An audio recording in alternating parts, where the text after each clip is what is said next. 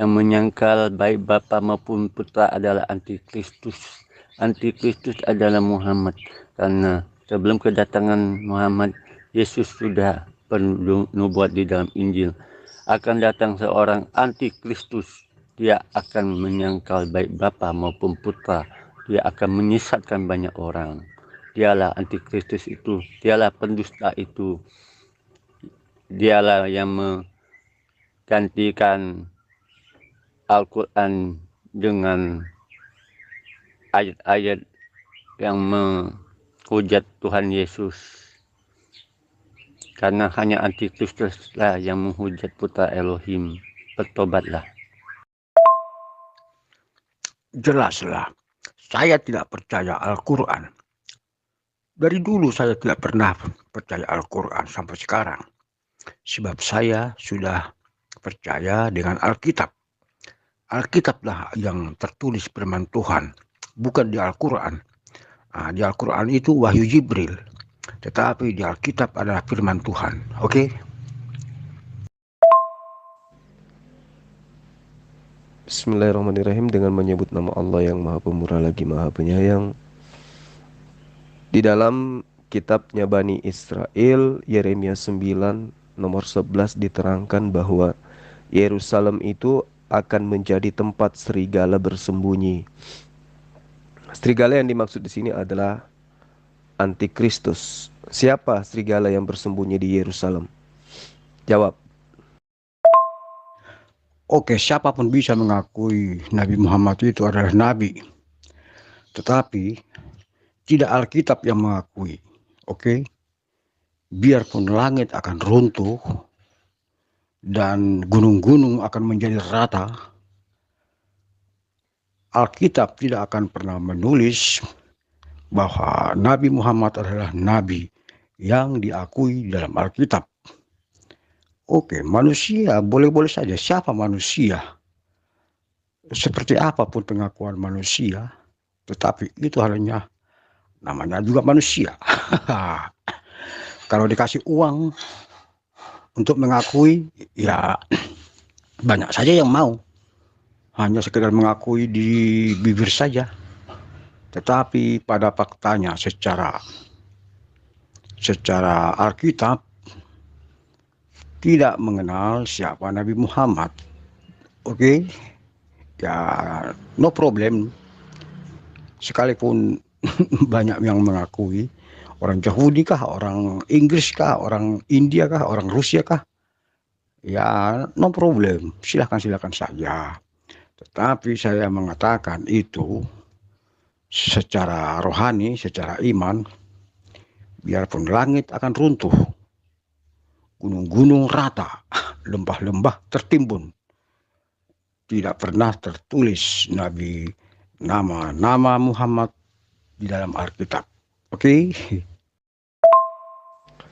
Kalau begitu boleh saya tanya dong. Di dalam kitab Yesaya 42 nomor 1 ya, di situ ada nubuatan. Lihat, itu hambaku yang kupegang, orang pilihanku, yang kepadanya aku berkenan. Aku telah menaruh rohku di atasnya supaya ia menyatakan hukum kepada bangsa-bangsa. Siapa oknum yang disebut hamba, yang disebut seorang, dan disebut sebagai oknum yang akan menyatakan hukum-hukum kepada bangsa-bangsa? Siapa oknum ini? Silakan. Jangan lupa subscribe Iman Yakin Oke, Channel. Anda bertanya tentang oknum yang disebut dengan yang tertulis di dalam Yesaya 42 nomor 1.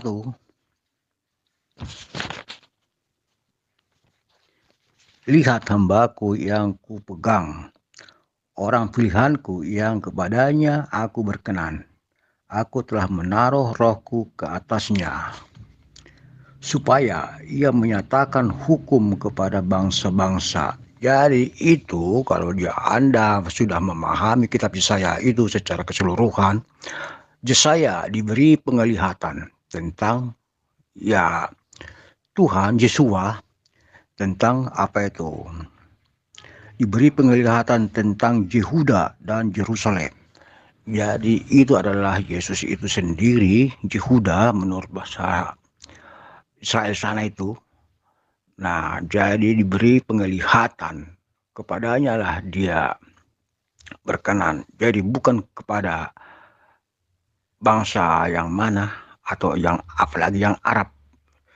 Jadi saya ulangi sekali lagi tentang Yesaya yang mengisahkan tentang penglihatan nubuat tentang Yehuda dan Yerusalem. Itulah isi daripada intisari daripada yang Anda kutip itu. Penglihatan yang telah dilihat Yesaya bin Amos tentang Yehuda dan Yerusalem dalam zaman Usia, Yotam, Ahaz, Hizkia raja-raja Yehuda. Jadi itu adalah penglihatan. Mereka lah sudah dijelaskan di situ, ada berapa itu tentang Yehuda, penglihatan Yehuda dan Yerusalem. Oke, jadi itu tidak ada menjelaskan tentang ke negeri Arab sana, itu tidak bisa membias ke negeri Arab, tidak bisa membias ke nabi yang dari Arab, tetapi itu tetap ada di lingkaran atau di dalam wilayah Yerusalem tentang Yehuda. Jadi saya akan menjelaskan tentang Yesaya 42 nomor 1. Nah, itu sudah digenapi di kitab Perjanjian Baru, Matius 3:17 dan Matius 17 ayat 5. Juga digenapi di Markus 1 ayat 11. Juga tertulis di Lukas 3 ayat 22. Juga tertulis di Lukas 9:35. Juga Kisah Para Rasul tertulis ayat 17, 24, 25. Juga tertulis di Lukas 2 ayat 32. Kisah Para Rasul juga tertulis ayat 13, 47 dan ayat 26, 23. Jadi itu Yesaya bin Amos itu melihat suatu penglihatan, diberi penglihatan Sang Yesus, Sang Yehuwa yang tidak berkata-kata di pinggir jalan seperti yang tertulis di situ. Dialah Tuhan, tidak banyak menjual-jual berdoa bersembahyang di pinggir jalan. Nah, itu seperti yang dijelaskan di kitab Yesaya itu, bahwa itu adalah Yesus. Oke.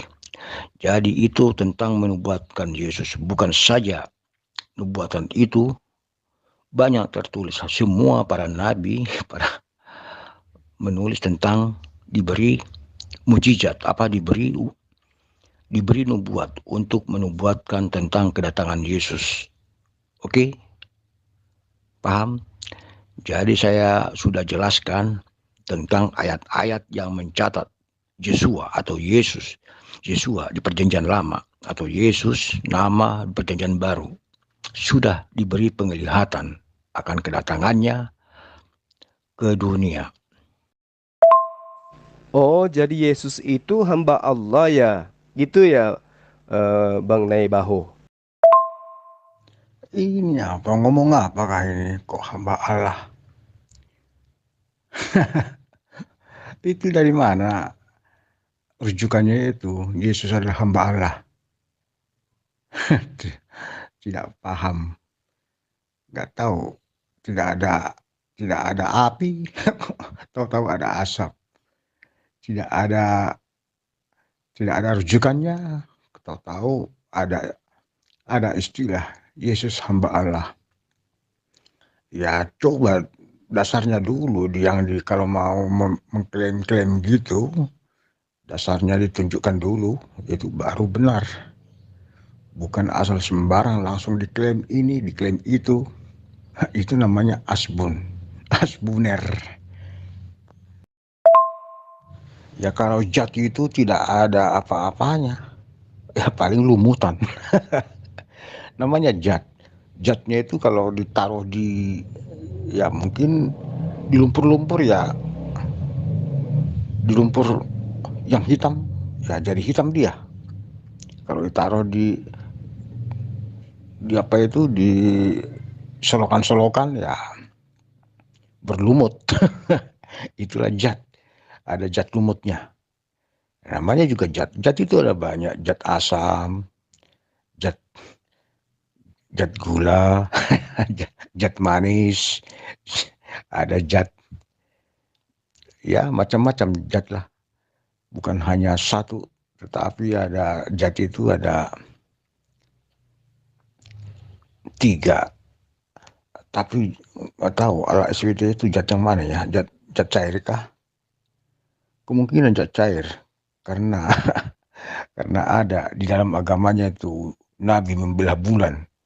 Nah, bulan kalau dibelah itu seperti Nabi Nuh membelah airnya itu setelah lewat ya mencair lagi, jadi bercampur lagi.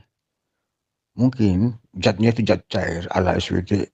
Kalau membelah bulan, nah bisa dicairkan bulan, baru dibelah. Setelah itu mungkin 10 menit, 20 menit, ya bergabung lagi. Itulah kalau zat, ya, zat cair. Kan ada nubuat di dalam kitab Yesaya merujuk kepada datangnya sosok yang kemudian disebut dengan sebutan hamba. Inilah hambaku yang kupilih, kepadanya lah aku berkenan. Siapa yang dimaksud hamba di situ? Ayo. Dulu kitabmu itu diterjemahkan masih menggunakan kata Zat, ya, Zat Allah. Itu yang perlu kamu sadari. Nanti ketika direvisi baru kemudian berubah Tuhan Allah, yang tadinya Zat Allah, ya. Nah, terkait dengan apa yang kamu tuduhkan terhadap Al-Quran, di mana Al-Quran menyebut Zatullah. Zat ini bahasa Arab, bukan Sat. Sat itu bahasa Indonesia.